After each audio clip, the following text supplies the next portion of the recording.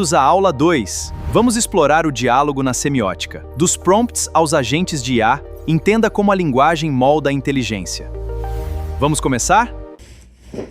Bom, estamos iniciando mais uma aula onde a gente pretende entender o que está por baixo, como é construída ou construídas as IAs que estamos utilizando hoje em dia, né? Tanto as IAs generativas como as IAs agênticas. Então, aqui eu vou fazer uma retrospectiva só para a gente contextualizar que o objetivo dessa aula é a gente trabalhar a questão que vai desde a programação de computadores até o diálogo com os computadores. Isso é uma mudança bruta, uma mudança significativa, não só na computação, mas no modo de vida e nas relações de todas as naturezas, relações, eu diria até intrapessoal, como é que tu vai lidar contigo mesmo, né? Tua comunicação interpessoal, porque muda a dinâmica das coisas, e à medida que a dinâmica muda, né? Toda a significação, toda a recepção estética muda também. Então vamos conversar um pouquinho sobre isso, como a semiótica explica o prompt, né, e os agentes de IA.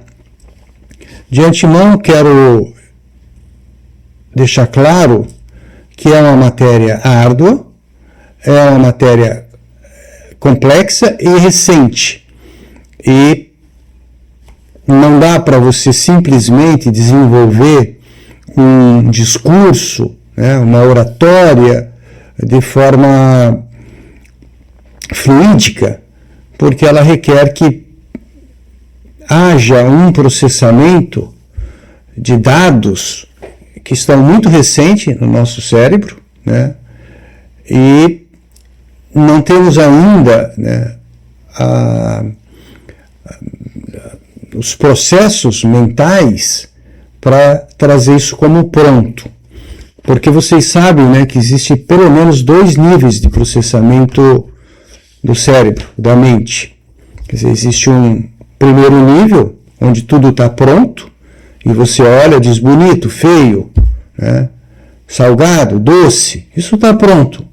Então não há necessidade de você aumentar as suas sinapses ou aumentar a sua energia cerebral.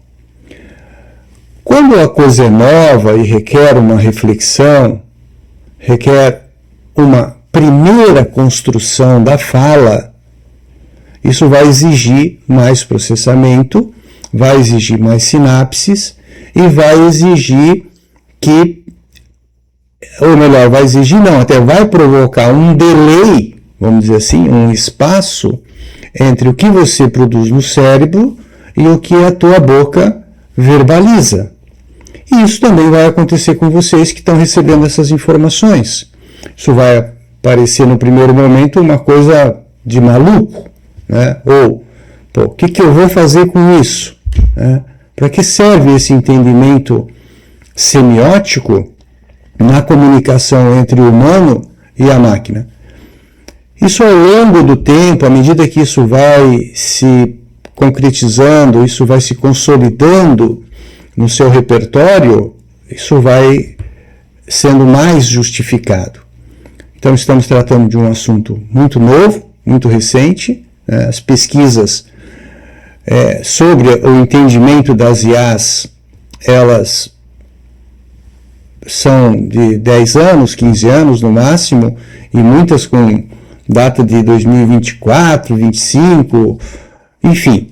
E vocês sabem que o conhecimento, a informação, ela depende de um tempo para ela amadurecer.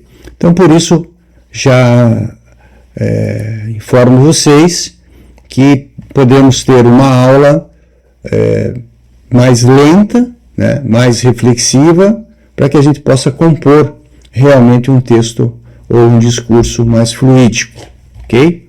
Muito bem. Então, a primeira coisa que nós temos que ver, né, que eu trago como objetivo dessa aula, é que há uma mudança paradigmática na computação. Os paradigmas do que era, do que é, né, e do que está sendo. Quer dizer, você tem uma coisa que já foi, tem uma coisa que já está estabelecida e que está em constante mudança. Ela está sendo, ela está acontecendo. Então, durante mais de 70 anos, os computadores foram programados para obedecer.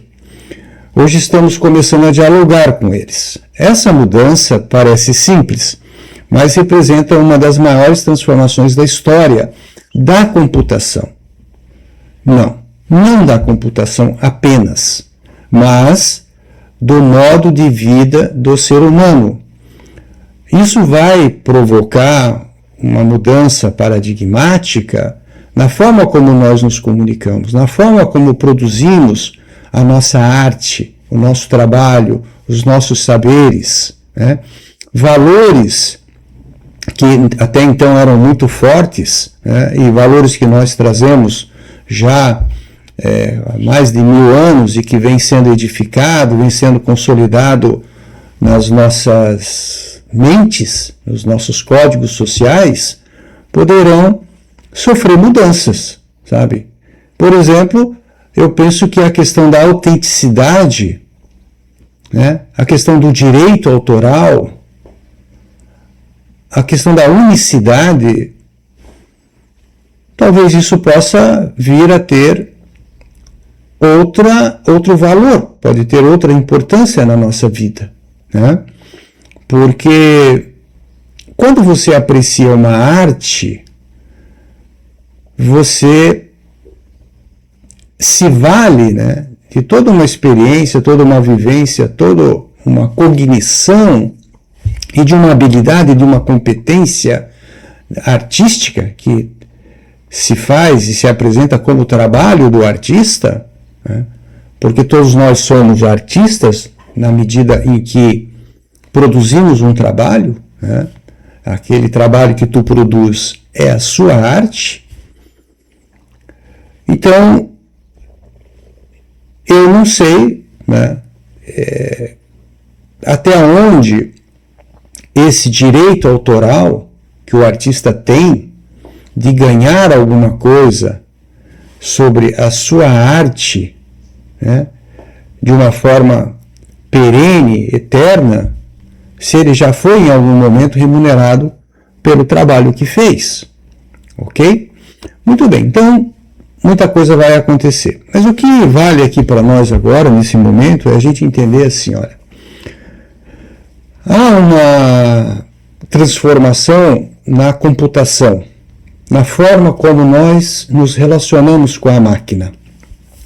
Nós sempre precisamos de um agente programador, de um agente analista de sistemas, né, de um agente digitador, para que a gente pudesse imputar dados na máquina e ela resultar aquilo que esse analista, aquilo que esse programador disse que ela deveria fazer. Então nós temos um primeiro momento que eu preciso dizer para a máquina que ela some 1 mais 2. E eu sei que 1 mais 2 vai dar 3. E para isso eu preciso de uma sintaxe rigorosa. Eu preciso de uma expressão, de uma frase rigorosa que não pode ter nenhum erro. Porque ela poderá gerar 4, que está errado. Mas não foi ela que gerou 4. Na verdade, foi o programador que, na hora de construir a sintaxe, não soube ou errou na hora de codificar. Então, isso que nós chamamos de compilar o programa. Quer dizer, você tem que compilar o programa para que você encontre erros de sintaxe, erros de construção. Então, se o projeto está errado e você vai imputar um projeto errado, você vai ter um resultado errado. Então, assim, muito brevemente, que é importante entendermos assim, que para quem não é da área de tecnologia da informação, para quem não andou nos bastidores, né, da computação, foram criadas linguagens, né, para que aquilo que o homem gostaria de que a máquina fizesse fosse conversado com aquela máquina. Então vejam que eu precisava de uma linguagem que a máquina pudesse entender, uma linguagem humana, por exemplo, um COBOL, por exemplo, que é um conjunto de expressões reservadas que, quando compilada, passando por um outro programa, vira linguagem de máquina. O que é virar linguagem de máquina? É bit-byte, é 1 e 0, é binário. Então, você não tinha espaço para criatividade. Você não tinha espaço para desenvolver uma dialética de tese, antitese e síntese com a máquina, sabe? Você era o proprietário. A máquina simplesmente ia te obedecer. Se você deu um comando errado, vai sair algo errado. Então, ela não ia dizer para ti, olha, mas eu acho que você escreveu, tu colocou uma vírgula a mais. Eu acho que essa palavra eu desconheço e talvez você pudesse usar essa ou aquela palavra, né? Isso não era possível. Então, a computação, a tecnologia, né, da informação, ela vem evoluindo bastante na forma como o homem se comunica com a máquina. Então, por isso nós tínhamos lá no início, quando a gente está falando aqui nesse nível 1, né, da sintaxe, que é a instrução rígidas e formas, nós estamos falando o seguinte, que você tem linguagem de baixo nível e linguagem de alto nível. O que é a linguagem de baixo nível? Baixo nível é a linguagem que mais se aproxima da linguagem da máquina. E alto nível é a linguagem que se aproxima mais da linguagem do homem. Então isso vem ao longo dos 70 anos, como nós estamos vendo aí, um pouco mais, um pouco menos, isso não é importante, que a tecnologia ela vem buscando já há muitos anos tentar aproximar a linguagem humana da linguagem da máquina. E aí ela vem evoluindo desde os primeiros códigos, né, essencialmente formado por caracteres, por números, né, binários, até os dias de hoje, onde a gente vai encontrar uma linguagem como o Python, vai encontrar linguagens, por exemplo, como Java. São todas linguagens já de alto nível, né? São linguagens que você consegue escrever um programa ou escrever uma execução basicamente com a sua linguagem natural. Ótimo. Então, o homem vem, ao longo desses anos, buscando esse tipo de coisa, né? Aproximar a linguagem humana ou fazer com que a máquina entenda e aprenda a linguagem humana. Muito bem. Então, nesses últimos anos, apareceram as linguagens grandes, né? Os modelos de linguagem grandes, que são linguagens humanas que passam por um processamento que a máquina vai entender. Só que em vez de você ir lá e construir uma sintaxe ou construir um comando, né, que requer basicamente, minimamente, um conhecimento em inglês, né, porque tu vai usar uma série de palavrinhas que você na língua portuguesa não conhece, mas na língua inglesa ela é comum, né? Então, aí já aparece a primeira dificuldade para nós que falamos a língua portuguesa, né, do Brasil, porque você tem que primeiro dominar a língua inglesa, minimamente, tecnicamente, para você construir as sintaxes que são todas feita na língua inglesa. Muito bem. Você faz a tua programação, a máquina vai processar aquilo, né, por um compilador e a máquina vai executar. Muito bem, tá ótimo. Quando você vem para a segunda fase, vamos chamar assim, né, você já começa a considerar que a máquina vai fazer interpretação de contexto e intenção. Então a gente já está indo para uma área semântica. E aí que aparece a semiótica, que aparece a linguística, que aparece a filosofia, que aparece a antropologia, que aparece a sociologia, que aparecem os conhecimentos humanos, né, de uma forma geral. Então, porque a máquina agora, e isso só foi possível, apesar do homem já vir trabalhando isso há muitos anos, só foi possível nos últimos anos porque houve um avanço tecnológico na parte do hardware, na parte dos processadores, né, na parte dos conectores, a própria internet. Quer dizer, essa evolução de equipamentos sólidos, de hardware, né, de memória, permitiram então que a máquina pudesse processar mais possibilidades, né? Eu não diria nem processar mais palavras, porque para ela, na verdade, não é uma palavra, né? Na verdade, ainda continua sendo um código, continua sendo uma informação que ela tem que transformar aquilo numa informação processável, vamos chamar assim.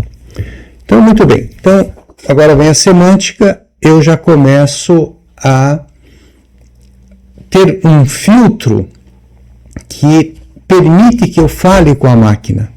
Eu diga para a máquina o que ela quer e ela vai responder aquilo de uma forma ou de outra, dependendo de como eu pergunto. Isso me faz lembrar uma propaganda que eu vi há muito tempo na televisão, me chamava muita atenção, que dizia assim: mais importante do que saber responder é saber perguntar. Olha que interessante. E isso já faz muitos anos, eu diria mais de 20 anos, né? Talvez um pouco mais. E aquilo me chamava muita atenção. Mais do que saber responder, é preciso saber perguntar. E hoje nós estamos vivendo exatamente isso. Se você pergunta para a IA numa construção que permita uma expansão semântica muito grande, você pode ter respostas de todos os tipos.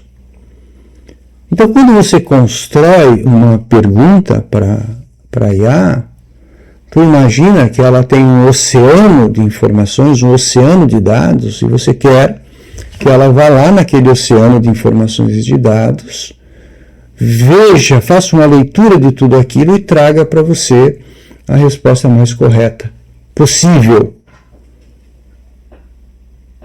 que nem você mesmo sabe se aquela resposta é correta ou não. Porque se você faz uma questão ligada à antropologia, se você faz uma questão ligada à filosofia, se você faz uma questão ligada à física, ela vai te dar uma resposta de um físico. Ela vai te dar a resposta de um antropólogo. Mas tu não é físico, tu não é antropólogo. Como é que tu vai dizer que aquela resposta está certa? Daí que aparece a semiótica, aparece a comunicação, que vai exigir muito mais de nós, como interlocutores, eu não diria nem mais como usuários de IA, mas interlocutores de IA, né, para que a gente possa realmente aproveitar todo o potencial que ela tem. Muito bem. Então, até aí, você vai fazer perguntas, você vai solicitar informações, dados, construções, e é mais ou menos assim, só para a gente exemplificar um pouco, como você construir uma casa. E tu chama o arquiteto e tu diz para o arquiteto como é que tu quer a casa. Aí ele vai lá, volta para o escritório dele, faz um desenho, faz um esboço, traz para ti. Tu diz, pô, cara, mas não é nada disso que eu queria. Primeiro, que você não soube formular o que você queria. Segundo, o arquiteto, ele está muito mais preso às coisas dele, aos referenciais que ele tem, do que as suas coisas, do que os seus referenciais. Então aí há um problema comunicacional complexo. Por quê? Quanto mais organizado a tua mente, quanto mais discutido, quanto mais refinado o teu entendimento sobre a sua casa, melhor será transmitida para o arquiteto. E o arquiteto, quanto mais repertório, quanto mais conteúdo, mais insumo ele tiver na mente dele, melhor ele vai devolver aquilo que você está pedindo. Então vejam que nós estamos saindo de uma mudança de um mundo onde todo mundo era especialista. O chique é você ser especialista. Ah, porque eu conheço muito bem disso, mas eu sou muito bom nisso, mas não sei mais nada de filosofia, não sei mais nada de antropologia. Mas agora, como é que tu vai conversar com um agente que ele é um filósofo, ele é um psicólogo, ele é um antropólogo, ele é um sociólogo, ele é um policonhecimento. E você é especialista naquilo. Então, acho que aí tem realmente um desafio grande para nós do aspecto da comunicação e a questão semiótica, né? Então, ali estamos na fase 2, a questão da semântica, e agora, para, vamos dizer assim, nos deixar mais sem cabelo, né? Ou para quem tem cabelo, deixar de cabelo em pé, vem as IAs agênticas, que você vai interagir com elas, você vai conversar com elas, e elas vão questionar você. Elas vão decidir e elas vão agir. O que a gente encontra lá na fase 1 da sintaxe, na fase 2 da semântica, é que ela não tinha essa possibilidade. Ela não tinha essa autonomia, né? Então, esse é uma outra preocupação que nós devemos ter e que nós devemos entender, que a IA agêntica, ela é um oceano de informações, ela é uma força, né, extraordinária de organização de dados, e ela vai ter o poder, que por enquanto nós é que vamos dar esse poder para ela, de tomar decisões.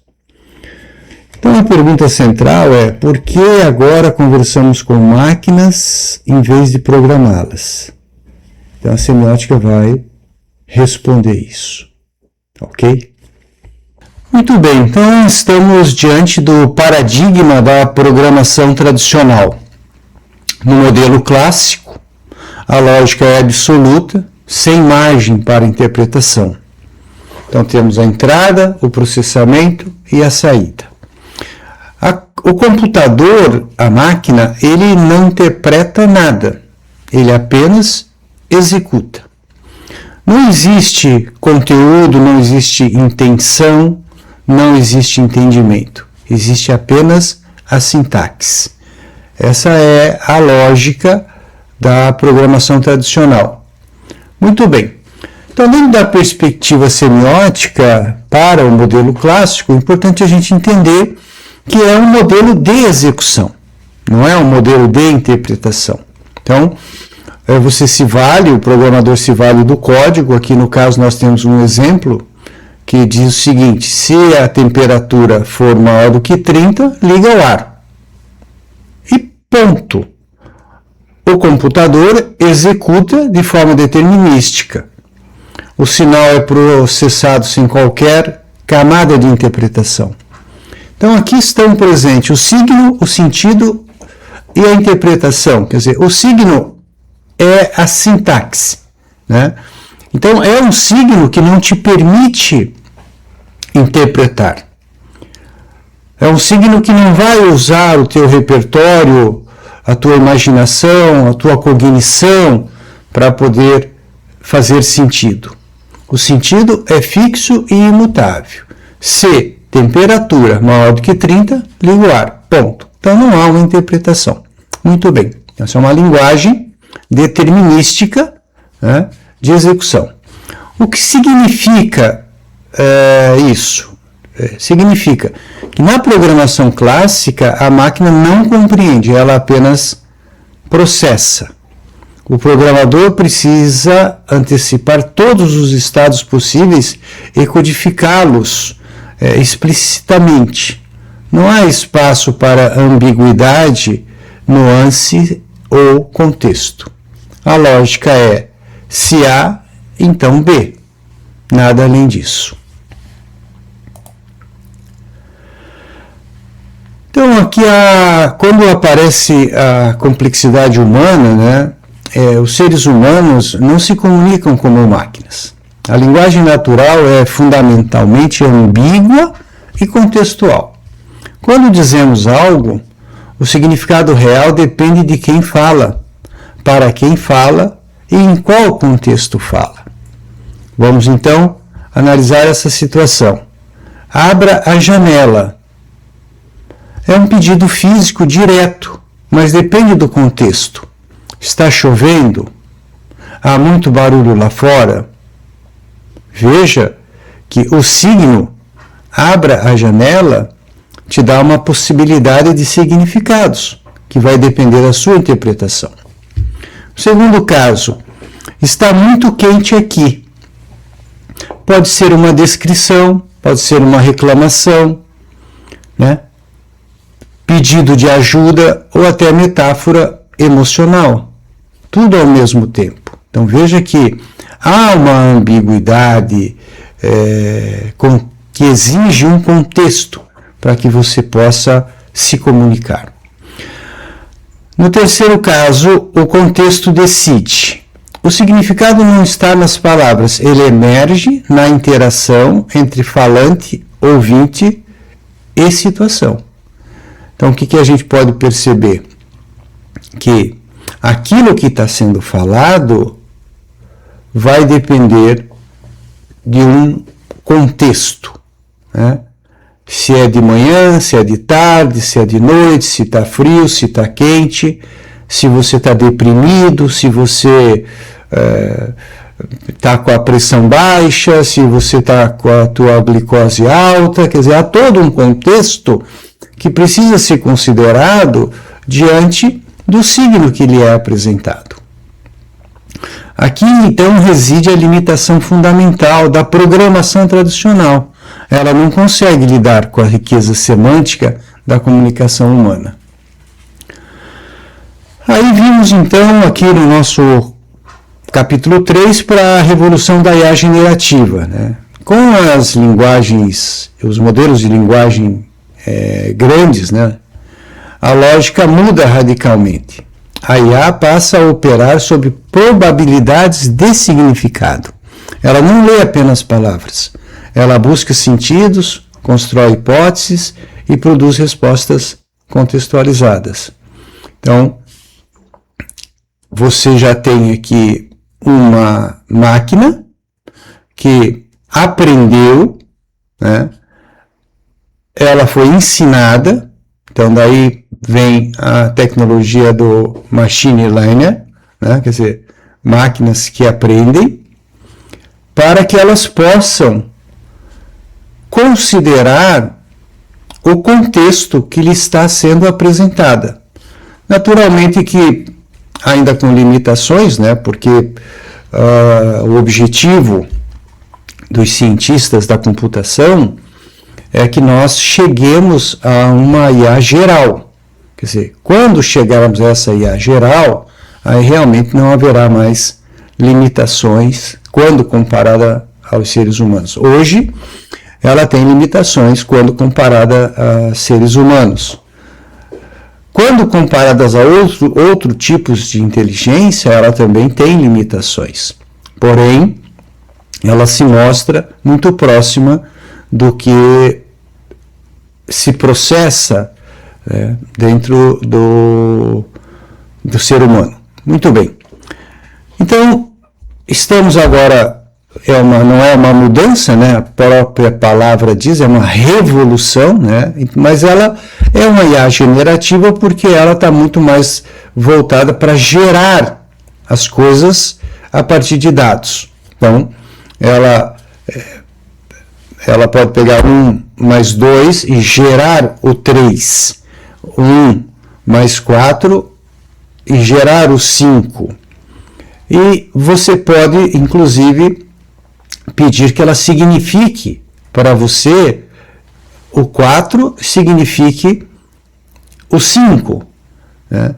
Isso, inclusive, buscando contextos históricos, informações históricas, desde a origem dos números, porque isso está no seu mar, né, no seu oceano de dados. Então ela consegue, dependendo de como você constrói o prompt, né, fazer uma interpretação daquilo que você deseja. Muito bem. Então nós temos o de comando, né, para interpretação. Então antes, comando direto gera resposta fixa. Né? Estou com calor. Depois a interpretação semântica gera respostas contextualizadas. Então aparece uma figura muito importante aqui para nós, que é o prompt, né? Então, diferentemente de você programar, você comanda, né? Você conversa, né? Porque o que é um prompt? O prompt já é um termo que já existe há muito tempo, né? É uma instrução que você dá para uma máquina executar determinada atividade. No nosso caso aqui, que estamos vendo, ela mais do que executar, ela vai interpretar. Então, o prompt do tipo, estou com calor, pode ser interpretado pela IA como condição climática, desconforto físico, metáfora emocional ou até contexto médico. A máquina precisa construir hipóteses de sentido antes de responder, algo radicalmente diferente da programação clássica. Você vê, então, ela já tem na sua linguagem, na sua constituição, no seu ser de inteligência artificial, a possibilidade de gerar hipóteses. Será que o Ricardo está com a pressão alta? Está com calor? Será que o local onde o Ricardo está é natural que ele esteja com calor? Então, tudo isso são possibilidades a partir de um signo. Né? Estou com calor. Isso é a grande transformação que nós estamos vivendo nesse momento.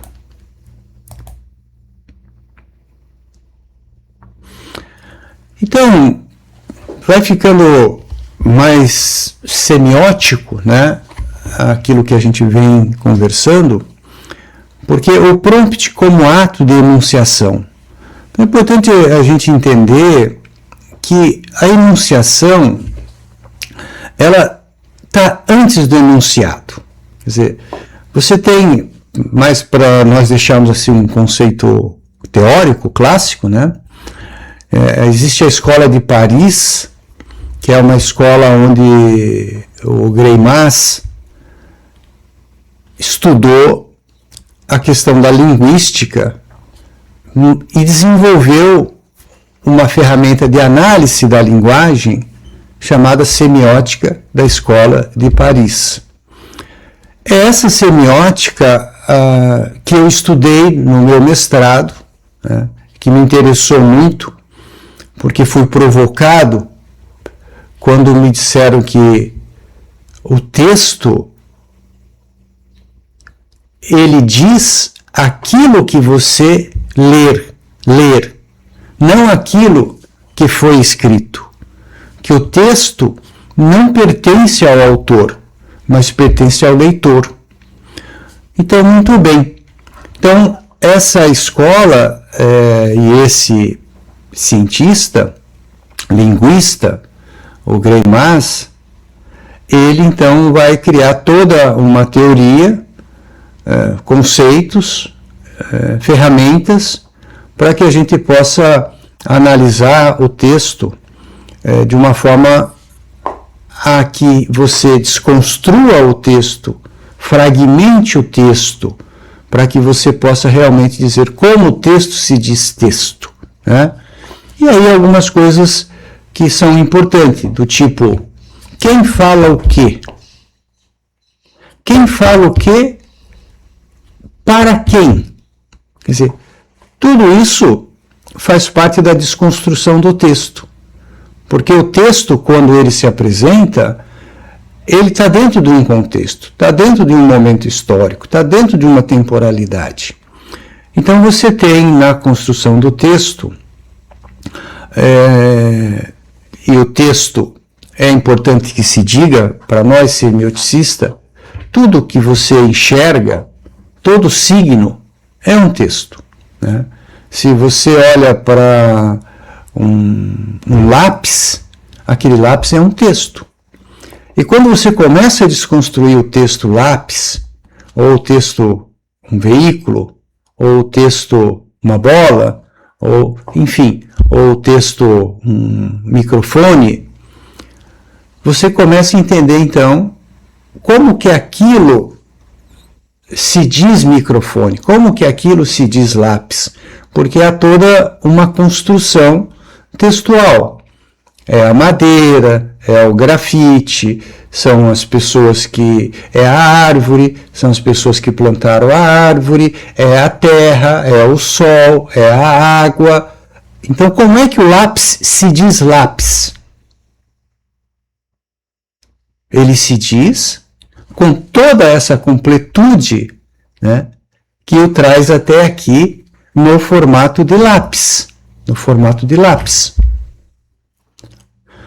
Então, quando o semioticista olha para o signo, ele não olha o signo final, ele faz uma interpretação, né? Quando você vê, por exemplo, uma bomba atômica, por exemplo, né? Você não olha a bomba atômica só pela destruição que ela causa, mas você também consegue enxergar a bomba atômica pelos benefícios. A bomba atômica, ou melhor, a tecnologia atômica, né, vamos dizer assim, os benefícios que ela trouxe para a humanidade. Porque quando ela foi desenvolvida, ela não foi desenvolvida com o intento de matar pessoas, né? Ao longo do seu processo de construção, sim, foi feito um desvio e ela foi utilizada para o mal. Porém, a gente vê a tecnologia atômica hoje em vários dispositivos, equipamentos para melhorar a qualidade de vida, né? Como os próprios tomógrafos, né? As ressonâncias magnéticas e coisa do tipo. Mas vamos lá. Na semiótica greimansiana, todo discurso pressupõe uma estrutura de enunciação. Há sempre um enunciador, quem fala, e um enunciatário, para quem se fala. Essa relação define as condições de produção e interpretação do sentido. No nosso caso, podemos dizer que o enunciador é o usuário, que o enunciatário é a IA e o prompt é o ato de enunciação. Mas eu ampliaria esse ato de enunciação, né, porque é o meio pelo qual você enuncia o seu enunciado para um enunciatário. Porém, na enunciação está, por exemplo, a empresa que construiu o ChatGPT, estão os programadores, estão os investidores, estão o governo, o Estado. Quer dizer, nessa enunciação, né, naquilo que provoca o enunciado, porque o enunciado ele não se mostra por si só. Na verdade, vejam que há todo um processo anterior de organizações, de combinações e de manipulações que vão nos trazer para o enunciador. Ok? Isso parece um pouco complexo, mas aí já é a semiótica na veia mesmo, a semiótica raiz, né? É você entender que quando você escreve um e-mail, por exemplo, né, aquilo é um enunciado. E você escreve um e-mail para quem? Para um enunciatário, tá certo? E o meio que você usa, né, o computador, a internet, os sistemas de armazenamento, tudo aquilo faz parte da enunciação para que você possa levar a sua mensagem até o seu enunciatário. Em a mensagem chegando no enunciatário, ela pode chegar muito diferente daquilo que você enunciou. E é isso que vai realmente tornando a nossa relação, nosso diálogo com a IA complexa. Porque você diz uma coisa e ela entende outra. Ok? Muito bem. Então, a grande virada, né, o prompt não é uma instrução. É uma produção de sentido. Quando escrevemos atue como um consultor estratégico, pedimos, né, ao IA, ao prompt, não estamos programando uma máquina. Estamos estabelecendo um contrato semiótico, definindo papéis, competências, contexto e expectativa. Olha que fantástico! É fantástico. Você está estabelecendo um contrato com uma máquina, porque atue como um consultor estratégico, você está pedindo para que ela tenha um determinado comportamento. Ali se estabelece um contrato, porque ela pode voltar com uma resposta diferente e não estar cumprindo o contrato. Muito bem, então o prompt é um discurso, e todo discurso é uma negociação. Então perceba que você agora não negocia mais entre pessoas, você negocia com a máquina. Muito bem, então é isso que nós temos para vermos o nosso próximo slide, né? Que é o contrato semiótico dos prompts. Todo prompt bem construído estabelece implicitamente as regras da interação. Considere o exemplo. Explique marketing para um empresário do setor de saúde. Muito bem. Quem fala? O usuário, com um determinado nível de conhecimento e intenção específica. Para quem fala? A IA, que precisa calibrar o tom, vocabulário e profundidade da resposta. Com qual objetivo? Produzir uma explicação útil, contextualizada para o setor de saúde. Sobre quais regras? Contexto definido pelo prompt. Linguagem acessível, ou melhor, linguagem acessível, foco em aplicação prática. Então, explique marketing para um empresário do setor de saúde. Olha, em momento algum no prompt, você está dizendo que a linguagem é acessível e que precisa de foco em aplicação prática. Isso ela vai interpretar. Então, olha só que coisa fantástica. Então, isso não é uma sintaxe pronta e acabada. Por isso que eu costumo dizer que a programação tradicional, a computação tradicional, ela era gramatical. Tá certo? Aqui vai crase e pronto. Aqui tu não pode colocar vírgula. Aqui você tem um sujeito, você tem um verbo, você tem um substantivo, você tem um predicado, você tem um adjetivo, e você precisa desses elementos para construir a sua sintaxe. Já na semântica, não. Na semântica, você sempre haverá um espaço para que algo seja acrescentado pelo destinatário da mensagem, né? Pelo enunciatário. Não foi dito, não foi enunciado, mas o destinatário, enunciatário, ele leu e completou aquilo com o repertório dele. Muito bem? Então, começa a se estabelecer um contrato semiótico com os prompts. Muito bem, e aí nós vamos agora caminhando, né, já para a evolução das IAs agêntica, que sugere uma nova etapa. A IA não apenas responde, ela age, né? O modelo deixa de ser pergunta-resposta e passa a ser objetivo, planejamento, ação e resultado. Então, a IA agêntica executa tarefas complexas de forma autônoma, encadeando decisões. Então, daí o que eu trouxe na primeira aula, né, o conceito de agente, um agente de IA, é porque você o autoriza, você delega para ele tomadas de decisões. Muito bem? Nós temos aqui um exemplo, né, de respostas às ações.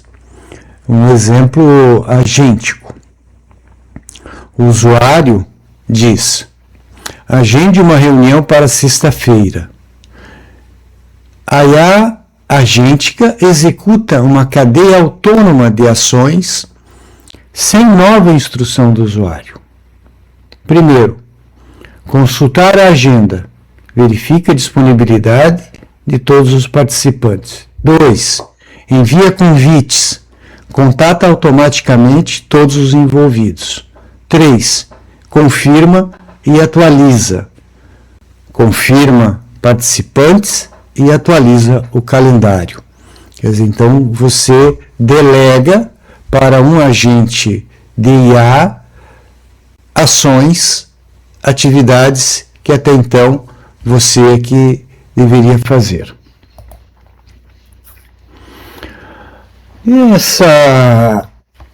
Nesse momento, a gente quer falar um pouquinho sobre a IA como actante, né? Então, esse actante também é um conceito que vem da Escola Semiótica de Paris. E eu falo Escola Semiótica de Paris porque também tem a Escola Semiótica americana, né? Na Escola Semiótica de Paris a gente vai se deparar como seu principal ator o Greimas, e na escola americana você vai se deparar com o seu principal ator, o Peirce, né? Charles Peirce. Muito bem. Então, o actante também é um conceito da semiótica. Aqui a semiótica da Escola de Paris torna-se extremamente relevante. Greimas propõe o conceito de actante, aquilo que participa da ação narrativa. Um actante não precisa ser humano, pode ser uma pessoa, um objeto, uma instrução ou uma tecnologia. Então veja que a IA, ela participa da narrativa, né? Então ela ajuda a construir o texto. Então, quando você olha para o texto do Ricardo, ele não é mais o Ricardo que escreveu aquele texto, e você, então, na hora de analisar, tem que considerar que não é como o texto foi dito, por quem foi dito. O texto hoje passa a ter uma coparticipação, uma cocriação, muitas vezes com maior participação do que o próprio destinador da mensagem, né? Aquele que é o enunciador da mensagem, tá certo? Porque a enunciação passa a contar agora com uma máquina que também participa na construção do texto. Logo, a máquina é um actante, né? É um ator que participa da ação narrativa. Então, você tem aqui no modelo tradicional, né, o sujeito-objeto. O humano age sobre o mundo de forma direta, sem mediação inteligente. Vamos entender isso. O humano age sobre o mundo de forma direta, sem mediação inteligente. É o que estava tentando dizer agora. Quando eu escrevo uma carta, o destinatário, né, também é um outro conceito importante em semiótica. Em semiótica você não tem emissor e receptor, né? Essa emissor e receptor vem muito da teoria da informação. Mas emissor e receptor, segundo a semiótica, ela se restringe a uma máquina, a um componente eletrônico que emite alguma coisa que alguém recebe. Mas isso não tem vida, não tem significação, né? Não é como você, por exemplo, você tem um destinador e um destinatário. Quer dizer, quem é o destinador? É o humano. Quem é o destinatário? É o humano, né? Não são máquinas e equipamentos. Também não dá mais para dizer nem que a IA é um receptor, porque à medida que ela interpreta, que ela decide e que ela age, também não é mais um receptor, ela também é um destinatário. Muito bem. Então, o que a gente está entendendo é isso. Se o Ricardo escreve um texto, ele compõe o texto e envia para o seu destinatário. Então, o seu destinatário vai fazer aquela análise. Quem escreveu? Ah, foi o Ricardo. Quem é o Ricardo? Ah, o Ricardo é professor, o Ricardo é isso e aquilo. De onde vem o Ricardo? Quais são os valores do Ricardo? O Ricardo pratica que religião? O Ricardo pratica que esporte? Quer dizer, tudo isso vai estar implícito no meu texto. Tá certo? Muito bem. Agora, com o modelo agêntico, você passa a ter o sujeito, que é você, a IA e o objeto. Então, a IA ocupa um papel de mediação, interpreta, decide, executa e aprende. Ora, então, quando eu componho um texto, e esse texto tem a contribuição da IA, seja para eu produzir o texto, ou seja, para quem recebe o texto e pede que ela faça uma leitura e uma interpretação, então, esse objeto que sai do sujeito, ele não sai mais um sujeito simples. Ele sai de um sujeito composto, que é ele, o humano, mais a máquina. Então, hoje a IA se torna um actante legítimo, ela participa efetivamente da narrativa social, não apenas como ferramenta passiva, mas como agente de transformação. Isso é algo assim inimaginável, né? É muito bom a gente saber que estamos vivendo essa época e podemos conhecer todo esse avanço tecnológico que o humano provocou.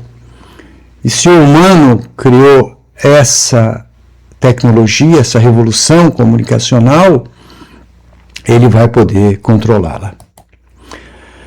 Então nós temos assim o grande desafio da nova computação, né? Que eu acho que isso vai clarear muito para nós, deixar isso muito forte. Então você tem num primeiro momento uma exigência, né? Exige uma escrita correta, de sintaxe gramatical, né? Quem não conhece gramática dificilmente vai escrever corretamente. E agora exige uma construção correta de sentido. Isso é muito mais amplo. Porque não existe uma regra, não existe uma gramática, não existe uma fórmula, né? Você constrói sentido com um oceano de partículas, de elementos, né? Para que você consiga dar sentido. Erros são de compilação, né? E erros são de interpretação. Quem lê aquilo que tu escreve? Uma máquina que vai compilar e vai conferir, corrigir uma sintaxe, corrigir uma gramática, né? É muito simples, porque tu diz, existe uma regra para você colocar a crase, existe uma regra para você usar a preposição, para você usar o verbo, usar o sujeito, substantivo. Há uma regra para isso. E quando ela não está colocada de forma correta, a regra foi ferida, logo está errado. Já na nova computação, os erros são de interpretação. Quando o erro é de interpretação, cabe então ao interpretador, que é o destinatário da mensagem, pagar o ônus do erro. A lógica é determinística, né? Quer dizer, 2 mais 2 tem que dar 4. A lógica, agora, ela é probabilística, quer dizer, existe a probabilidade de dar 4. Porque entre o 2 e o mais 2, existe o 2,1, 2,2, 2,3, 2,4, o 2,5, mais 2. Aí eu já tenho 4,5. Já não é mais 4. Não exige contexto. E agora, profundamente contextual, né? Então, há necessidade de uma visão sistêmica para você se comunicar. Muito bem. Então, se a programação clássica ensinou as máquinas a obedecerem, a inteligência artificial está nos obrigando a compreender com mais profundidade como nós próprios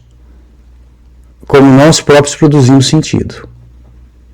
Então, a reflexão final que deixo para vocês é que a computação do século XX foi construída sobre códigos. A do século XXI está sendo construída sobre significados. Programar era especificar instruções. Promptear é construir sentidos, é compreender a IA. Compreender a IA exige menos conhecimento de linguagens formais e mais compreensão dos mecanismos de produção do significado. Por isso a semiótica deixa de ser apenas uma teoria da linguagem. Ela se torna uma das chaves fundamentais para compreender a inteligência artificial contemporânea e para interagir com ela de forma eficaz e crítica. Então, isso é o que eu tinha para trazer para vocês. Parece um pouco prolixo, porém é uma atenção que deve estar presente no nosso dia a dia para um novo tipo de aprendizado